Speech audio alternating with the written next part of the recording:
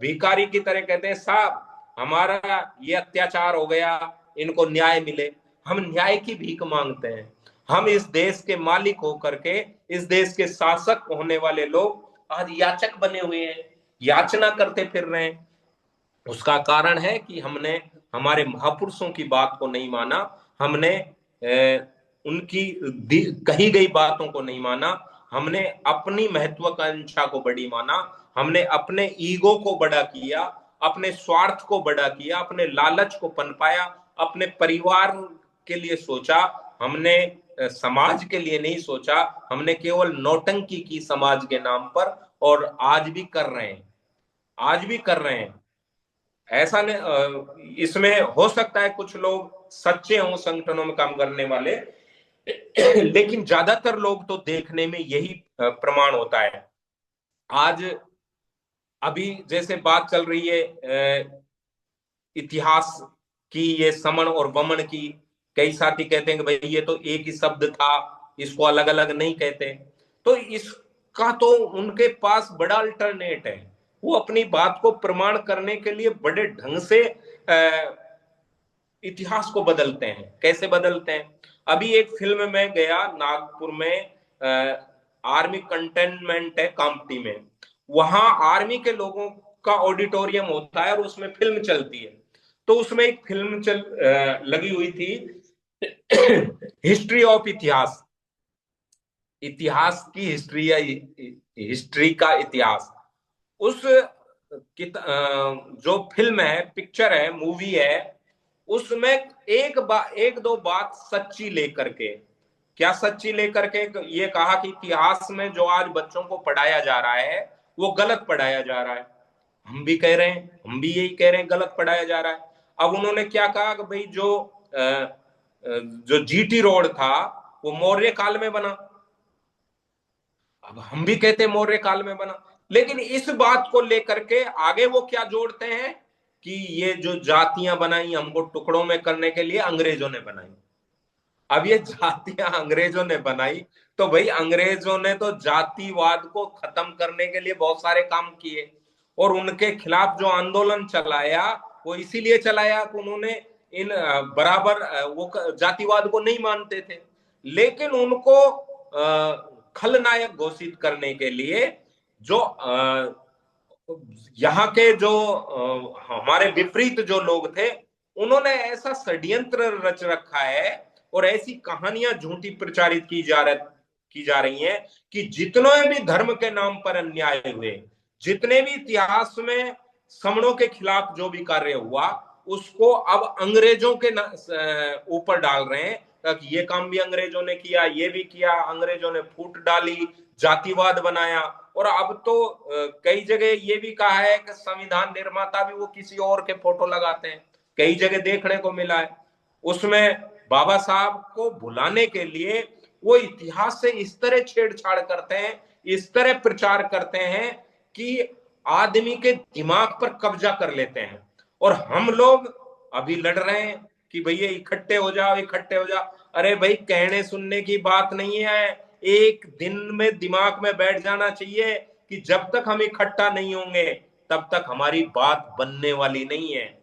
हमारी जो हम जो चाहते हैं, जो इस देश में हमारे महापुरुषों की विचारधारा है, उसको हम यदि लागू करना चाहते हैं तो हमको इकट्ठा होना होगा। हमें 100 में से 51% एक साथ आना होगा, क्योंकि दुनिया में अब जब जब भी बात सुनी जाती है तो वो ताकतवर की सुनी जाती है, जो संख्या में ज्यादा होता है उसकी सुनी जाती है। और अब तो देश में लोकतंत्र है, वोट की राजनीति है, क्योंकि प्रकृति का नियम है।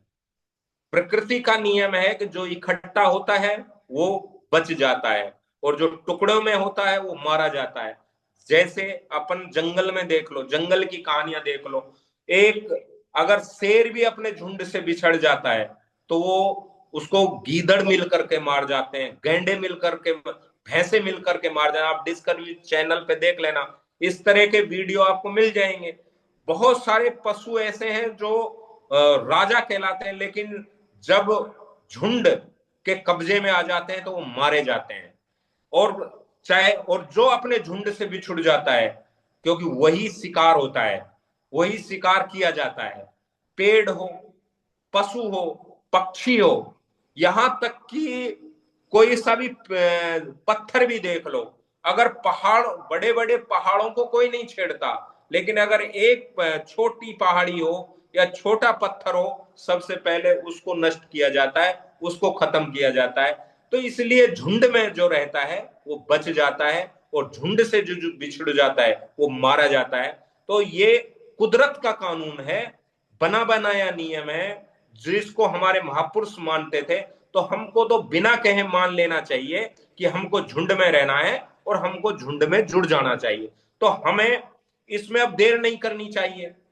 बिना मतलब ये नहीं है कि मैं कहने का तात्पर्य बिना सोचे से, अरे सोच समझ अब तो अपने आप आ जानी चाहिए। जब इतने महापुरुष उन्हें ये बात बताई है, हमारे सभी धर्म ग्रंथों में ये चीज लिखी गई है, तो फिर क्या विचार करना कि भाई हम कैसे जुड़े, क्या जुड़े। अब तो बिना सोचे समझे कुछ दिन के लिए अपना ये तमगा, अपनी महत्वाकांक्षा, अपना अहंकार, अपना पद प्रतिष्ठा, मंचमाला छोड़ के सबको साथ लेकर के सबको एक साथ बैठ जाना चाहिए। और बैठ गए तो सभी समस्याओं का हल एक सेकंड नहीं लगेगा। उससे पहले आपके पास जो चाहोगे वो करने की ताकत आ जाएगी। आज जैसा हम वातावरण में देख रहे हैं कि अलग अलग लड़ करके कोई भी हम कुछ भी प्राप्त नहीं कर सकते। तो जितना जल्दी जिस संख्या में जुड़ जाएंगे तो उतनी ही जल्दी हम सफल हो जाएंगे। जल्दी से जल्दी जुड़े, जल्दी से जल्दी जुड़ करके इकट्ठा होने का काम करें। जूम पोर्टल पे चल रहा है, जूम पोर्टल पे एक दूसरे साथी को जोड़ें। हमारे समण ग्रंथ है, मैं समण हूं, इस बुक का ज्यादा से ज्यादा जो 1000 दिन का कैंपेन चल रहा है, हर व्यक्ति तक ये मैसेज पहुंचा दें कि हमारा इतिहास क्या था, हमारी पहचान क्या है, हम समण क्यों कब से थे। आज हम अलग अलग नाम से जो जाने जाते हैं, जातियों के नाम से जाने जाते हैं, वर्णों के नाम से जाने जाते हैं, ये संगठनों के नाम से जाने जाते, हमारी असली पहचान समण पहचान। तो हम इस पहचान को जन जन का आंदोलन बना करके पहुंचा दें। और अपना ये सबका दायित्व है, जो लोग समझ गए हैं आज हम जो इस बात को पहुंचाता है उसको स्पोक नाम दिया जाता है। हम ज्यादा से ज्यादा स्पोक बने और इस कारवा को वीडियो के माध्यम से, ऑडियो के माध्यम से, इस श्रवण ग्रंथों के माध्यम से हर व्यक्ति तक पहुंचाएं और उन को इकट्ठा करने का आह्वान करें। जितनी जल्दी जुड़ेंगे उतनी जल्दी जीतेंगे, जितनी संख्या में जुड़ेंगे उतनी संख्या में जीतेंगे। संघ का जुड़े, जीते। इसी के साथ मैं अपनी वाणी को विराम देता हूं। संगं नमामि, संगं नमामि, संगं नमामि। मेरे वक्तव्य में कोई गलती हुई हो तो संघ मुझे माफ करे, संघ मुझे माफ करे, संघ मुझे माफ करे। संगं नमामि।